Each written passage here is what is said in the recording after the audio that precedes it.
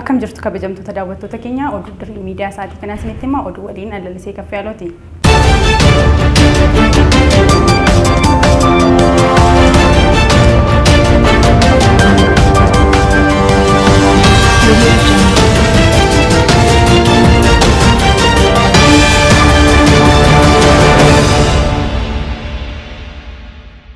Kaabineen magaalaa Finfinnee walga'ii 13ffaa waggaa 3ffaa har'a gaggeesseen fixee baajataa bara giddu galaa 2017 irratti mari'achuun kallattii kaa'eera. Akkaataa baasii bara giddu galeessa 2017 hanga 2019 bara 2017 maddoota galii adda addaarraa galii birrii biliyoona 230.39 walitti qabuuf kan karoorfate yoo ta'u ramaddiin baajataa kan waliigalaa persentiin 61 baajata kaapitaalaaf akka ta'us kallattii kaa'eera. Baajatichi karoora ijoo dameewwan xiyyeeffannoon akka oolu kaabineen magaalichaa marii isaan kallattii kaa'eera.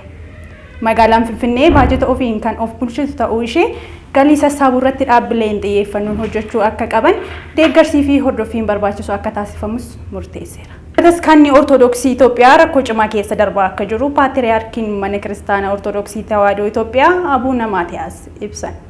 Dabalata oduu kana Boorii Fanguutaa akka ta'anitti qindeeffateera. Paatriyaarkiin mana amantaa Ortodoksii Tawaahidoo Itoophiyaa Abuuna Maatiyaas amanticha keessatti fedhiin aangoo fi maallaqaa dabaluun qormataa jiraachuu ibsan. Bataskaanni Ortodoksii Itoophiyaa rakkoo cimaa keessa darbaa akka jirtu Paatriyaarkiin mana amantaa Ortodoksii Tawaahidoo Itoophiyaa Abuuna Maatiyaas ibsan. Abuuna Maatiyaas kana kan jedhan walgahii waliigala Sinodoosii Bataskaanas kaleessa eegal irratti yoo ta'u, qormaanni alaaf keessan Bataskaanatti akka mudatan dubbatan.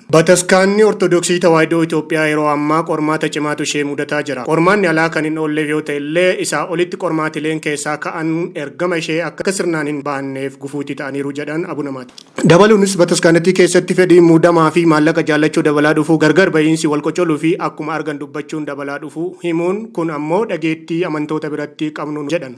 Ofii of muuduun Bataskaana Ortodoksii Itoophiyaa keessatti mul'ataa jiraachuu kan ibsan Abuuna Maatiyaas namoonni keessoo keenya rakkoo alaa dhufuuf haala mijataa uumeera jechuun nageenyi fi tokkummaan Bataskaanatti irratti yaaddoo uumuu ibsan. Waggaa tokko dura abbootiin amantaa Bataskaanatti Sinodoosii biraa hundeessuun beeksisuu isaanii hordofee rakkoo cimaan Bataskaanatti keessatti dhalatee ture. Kanarraa ka'uun muummichi ministeeraa Dr. Abiy Ahmad gidduu seenuun waliigaltee irra ga'amuun ni yaadatama. Haa ta'u malee garuu Abuuna Maatiyaas jalqaba kora Sinodoosii irratti haasaa kaleessa taasisaniin ammayyuu Bataskaanattiin qormaatawwan alaa fi keessoo keessa jiraachuu himan. Paatriyaarkichi erga dabarsaniin waggoota darban keessaa yakkoonni garaagaraa raawwatamuu ibsuun Sinodoosichi araara buusuuf akka hojjetu waamicha dhiyeessan. Yakka hojjetame araara dhiifamaan cufanii bira darbuu yakkoonni wal fakkaatuun akka hin mudanneef sirni jabaa ta'e ijaaramuu akka qabus waamicha godhan. Dabaluun wal dhabdeen biyyattii keessa jiraachuu uummataaf qormaata irra kan ka'e maddeen qormaata Bataskaanatti mudatan keessaa tokko kan ta'u himan. Manni amantaa Ortodoksii Tawaahidoo Itoophiyaa qormaata keessoo isheetti yeroodhaa yerootti mudachaa jiru haala walxaxaa fi yaaddessaa keessa kan jirtu yoo ta'u keessumaa bara 2014 kaastee rakkoo hamaaf saaxilamaa jirti. Gargar cabiinsa manbara Salaamaa fi manbara Takla Hayimaanoot kan maqaa mana lubummaa Tigraay gara teessoo Paappaasii Salaama Tigraay fi teessoo Paappaasaa Takla Hayimaanoot kan yeroo ammaa mana amantaa Ortodoksii Tawaahidoo Itoophiyaa jedhamu akkasumas tajaajila afaan ofiitiin tajaajilamu Sinodoosii Oromiyaa fi sabaaf sablammoota ammoo darbees teessoo Paappaasii Abuuna Phexros jedhamuun kan gargar fo'amaa jiraniin qormaata hamaa kan yeroo kamii caalaa keessummeessaa jirti. Yaa'ii baatii caamsaa qulqulluu Sinodoosii Itoophiyaa bara kana taateewwan mana kiristaanaa Ortodoksii Tawaahidoo keessatti dhalatanii hin beekneen danuun dhukkubbiin dubbataniiru. Waa'een saamicha maallaqaa malaammaltummaa taa'itaaf wal qocoluu fi wal dura dhaabbachuun miseensota Sinodoosiin kaafame. Keessumaa kutaa lallaba magaalaa Finfinnee yakkoota malaammaltummaa fedhii aangoo fi gochawwan biroo danuun liqinfamtee jiraachuun yaadota mana kiristaanatti keessaa wallaansoo wal qaban keessaa tokko ture. Bu'uuruma kanaan manni amantii Ortodoksii Tawaahidoo Itoophiyaa qormaata fedhii aangoo fi maallaqaa liqinfamuun qormaata jabaa ta'uu Paatriyaarkii mana amantii Abuuna Maatiyaas ibsan. Kantiibaan magaalaa Adaamaa Obbo Haayiluu Jaldee magaalaan Adaamaa galmoota misoomaa hojiirra oolchuun fayyadamummaa uummataa mirkaneessuuf hojjechaa jirra jedhan. Dabalata oduu kana Miilaan Darajjee akka ta'anitti qindeeffatteetti. Hojiin tajaajila lammummaa ganna bara kanaa qindeessummaa biiroo dhimma dubartootaa fi daa'imman Oromiyaa magaalaa Adaamaatti jalqabsiifame. Saganticha irratti sadarkaa itti aanaa pirezidaantii qindeessaan kilaastara hawaasummaa obbo Abdul Kaahim Muluu ergaa dabarsaniin garaagarummaa kamiinuu osoo hin daangeffamin namummaa irratti dhaabachuun hojii tajaajila lammummaatiin rakkoo hawaasa keenyaa hiikuuf dhufeera jedhan. Hojiin tajaajila lammummaa bu'aa jireenya keenya ittiin salphisuudha kan jedhan obbo Abdul Kaahim mana harka qalleeyyii hedduu ijaaruun bu'aa jireenya abbootii fi haadholii keenyaa salphisuun kan danda'amu ta'uu dubbataniiru. Mootummaan namooma dursuun jiruuf jireenya hawaasaa jijjiiruuf humna qabeenyaa fi beekumsa walitti qindeessuun waltumsuun hariiroo fi obbolummaa cimsuun rakkoo waloo waliin hiikkachuu irratti hojjechaa jirra jedhan. Hawaasni keenyas mul'ata duudhaa ganamaatti deebi'uu mootummaan karoorfame gumaachuun simachuun karaa guutuu ta'een hirmaachuun aantummaa isaa agarsiisaa jirra jedhan. Bara itti aanus mana harka qalleeyyii 130 ijaaruuf karoorfame. Hooggantuun biiroo dhimma dubartootaa fi daa'immanii Oromiyaa aadde Maabiraat Baacaa hojiin kennaa tajaajila lammummaa duudhaa ganamaa sirna gadaa waan ta'eef hojii qajeelaa kana hawaasa keenyaaf sadarkaan jiran fayyadamaa taasisuuf hojjetamaa jiraachuu himaniiru. Waggoota 5 darbanis osoo qormaanni adda addaa jiru hojii hojjetameen dubartootaa fi maatii harka qalleeyyiif manni 65 fi 500 ol ijaarameera. Daa'imman miliyoona 3.6 meeshaalee deeggarsaa kennameera. Bara kanas hojii kennaa tajaajila lammummaa raawwatuun hawaasi miliyoona 12.3 hirmaachisuun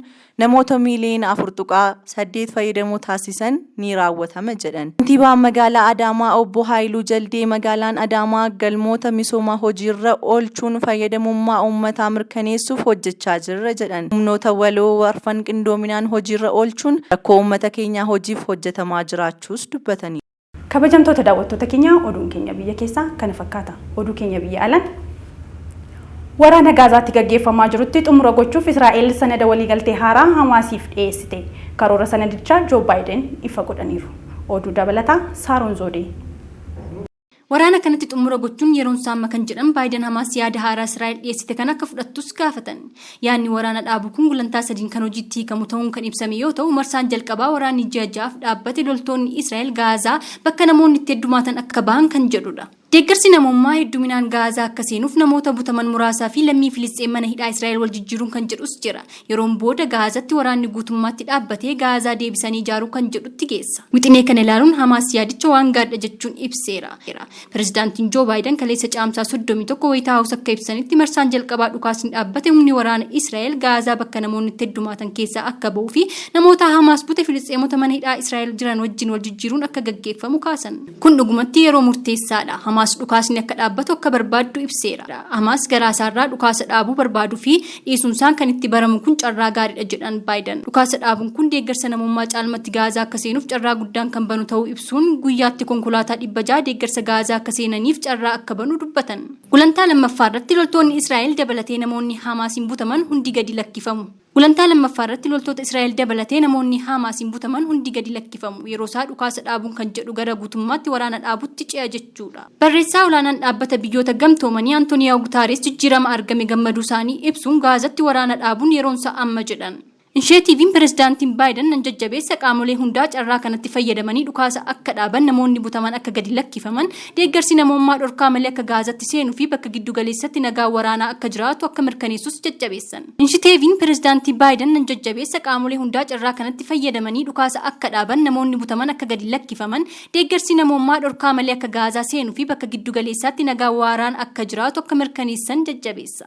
Joo Baayiden wayita wixinee waraana dhaabuu haaraa kan ibsanitti marsaa jalqabaaf lammaffaa irratti walii galuuf mariin gaggeeffamuu ulfaata ta'uu akka malu eeraniiru.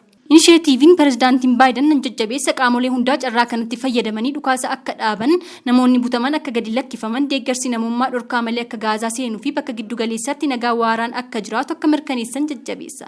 Joo Baayiden wayita wixinee waraana dhaabuu haaraa kanatti ibsanitti marsaa jalqabaaf lammaffaa irratti walii galuuf mariin gaggeeffamuu ulfaata ta'uu akka malu eeraniiru. Gulaanta sadaffaan wixinichaa ammoo lammiileen Israa'el butamanii harka Hamaas jiran kan du'an yoo jiraatan reeffi isaanii akka deebi'u akkasumas deeggarsa US fi hawaasa idil addunyaan Gaazaa deebisanii ijaaruun akka gaggeeffamu kan jedhu of keessaa qaba. Baayiden dubbii isaanii keessatti qondaalotaaf uummata Israa'eliif ergaa dabarsaniin carraa kana dhabuu hin qabnu jechuun karoora haaraa dhiyaate akka deeggaran waamicha dhiyeessan. Muummeen ministeera Israa'el Benaamin Naataniyahuun gama isaaniin Hamaas hanga dhaabsifamutti waraanni akka hin dhaabbanne dubbatan. Sararni gulantaan Gaazaatti waraana guutummaatti dhaabu qophaa'ee karaa Kaatar Hamaas bira ga'uun ibsame. Yuukireen meeshaalee Ameerikaa irraa argatteen Raashiyaa akka leeltu pirezidaantiin Ameerikaa Joo Baayiden eeyyaman.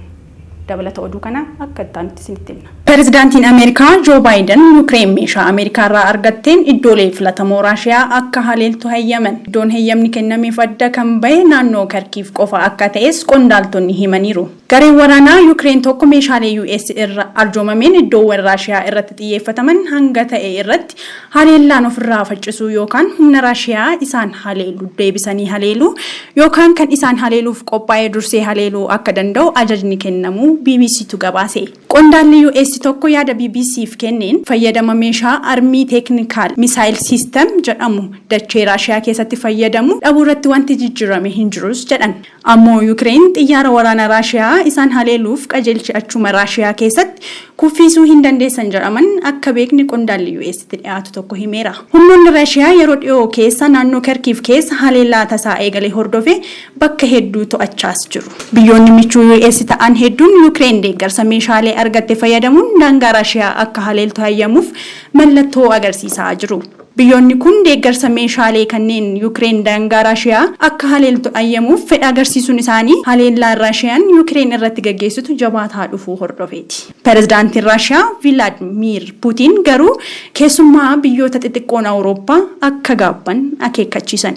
Ministeerri dhimma alaa US Antony Blinken haala dirree waraanaa irratti hundaa'uun ejjennoo Waashingiteen keessa deebi'amee akka ilaalamus ibsanii turan. Yeroo ammaa walgahii ministeerotaa dhimma alaa biyyoota naatoo ta'anii gaggeeffamuu irratti hirmaachuun Czech Republic magaalaa Praagatti argamu. Dubbii himaan nageenya biyyaalessaa White House kan ta'an John Kirby roobii caamsaa 30 ibsa akka kennanitti deeggarsi USA Yuukireeniif taasiftu dabalaa dhufuu himanii garuu ammatti tarsiimoo US akka hin jijjiiramnes beeksisanii. Yuukireen karaa bahaan haleellaa Raashiyaa dandamachuu dadhabdee duubatti foqoqaa jirti. Karaa kaabaanis magaalaa guddinaan lammaffaa taate Karkiif guyyaa guyyaan misaa'eela Raashiyaatiin haleelamaa jirti. Torbee kana pirezidaantiin Faransaay Emmanuel Macron Yuukireen meeshaalee waraanaa biyyoota lixaatiin daangaa Raashiyaa akka haleeltu hayyamuu fi akka qabu dubbatanii turan. Antony Blinken Czech Republic irraa ibsa kennaniin US haala dirree waraanaa jiru irratti hundaa'uun ejjennoo ishee deebistee ni ilaaltis jedhan. Oduu ispoortiitiin taphni xumuraa Shaampiyoons Liigii Awurooppaa har'a galgala akka Itoophiyaatti sa'aatii 4tti darbu qalbii jaallattoota kubbaa miilaa bute. Milaal Darajee akka itti aanutti nutti himti. Leenjisaan Real Madrid Carlo Ancelotti Real Madrid yeroo 15ffaaf Champions League Awurooppaa injifachuuf falmii godhamu irratti sodaa ni qabna jechuun miidiyaaleef ibse. Taphni xumura Champions League Awurooppaa har'a galgala sa'a 4 irraa eegalee London dirree guddicha England Wembleytti Real Madrid fi Borussia Dortmund gidduutti geggeeffama. Morkiin kun garee yeroo 14ffaa shaampiyoona ta'ee fi garee bara kanaa Bundesliga Jarman sadarkaa 5ffaan xumuree gidduutti godhama. Haa ta'u malee yeroo 4 shaampiyoona Awurooppaa ta'uun leenjisaan qixxee hin qabne kan ta'e Ancelotti salphaatti akka hin ilaalle dubbate. Xumura Champions League baay'ee murteessaadha, baay'ee hamaadhas jedhe. Ancelottiin ibsa kenneen carraan xiqqoo qabaachuu qabna, sirriitti dubbachuu qabna. Yeroo xumura irra geessu injifannootti waan dhiyaatuuf ni sodaatta jedhe. Dorgommiin liigii Jarman bara kanaa badaa dorgomaa cimaa kan hin turre Dortmundiin dorgommii Awurooppaa kana irratti ga'umsa gaarii agarsiise. Madrid nuusa xumuraatiin Manchester City peenaalitiin injifatee walakkaa xumura irratti tapha dirree isaatti godheen goolii 2 galchee injifachuun gara nuusa xumuraatti darbe. Haaduu qara lamaatiin hamma dandeenya irra gammaduu qabna.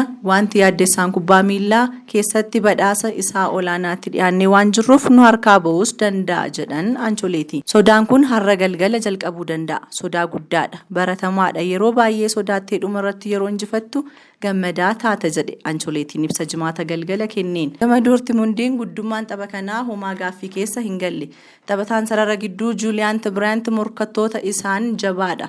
Champions League irratti wanti isaanirra jabaan hin jiru. Milkaa'inaaf seenaa hojjechuun guddummaa garee morkatanii ibse. Leenjisaan garichaa Edin Terzic gama isaan xumuraaf ga'u gammaduu hime. Kanas jiru injifachuuf jedhe. Tapha xumuraa irratti hirmaachuuf as dhuftu. Injifachuuf dhuftu waancaa sana harka galfachuu barbaanna jedhe. Madrid milkaa'ina qaburraa waancaa kana akka injifatu tilmaama guddaa argatus taphataan sarara gidduu Madrid Luka Modric garuu akkas miti hireen jiru 50-50 jedhe. Kabajamtoota daawwattoota keenya oduun keenya har'aaf qindeeffanne kana fakkaata. Waan nu daawwattaniif galatooma.